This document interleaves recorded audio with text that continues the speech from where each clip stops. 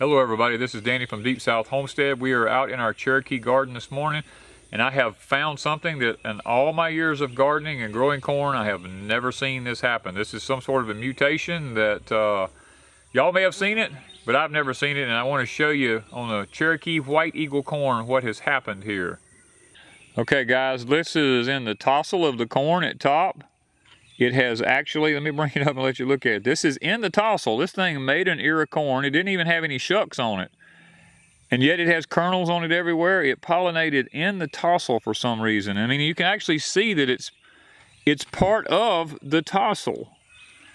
Out of all my years, I've never seen this happen. I don't know if this is a characteristic or a trait of the White Eagle Cherokee corn or not. I just find it highly unusual when I walked out here to see an ear of corn sticking out the top of it where it tassels at, and it being an actual part of the tassel.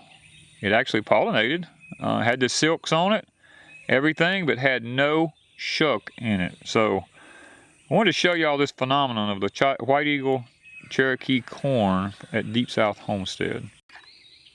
Okay, we're out here in our Cherokee garden this morning. It has done pretty decent for us, I will say that. The corn's done pretty nice. We got some nice big ears on it. Even though this has not been a corn growing year in the Deep South. The Trail of Tears beans that we planted around them, we had some of them that did not come up, but the ones that did come up is wrapping up in the corn pretty good. None of them's making beans yet. We haven't got to that point. On the other end down here, we have a little bit of problem with the corn down there. It just doesn't seem to do as good.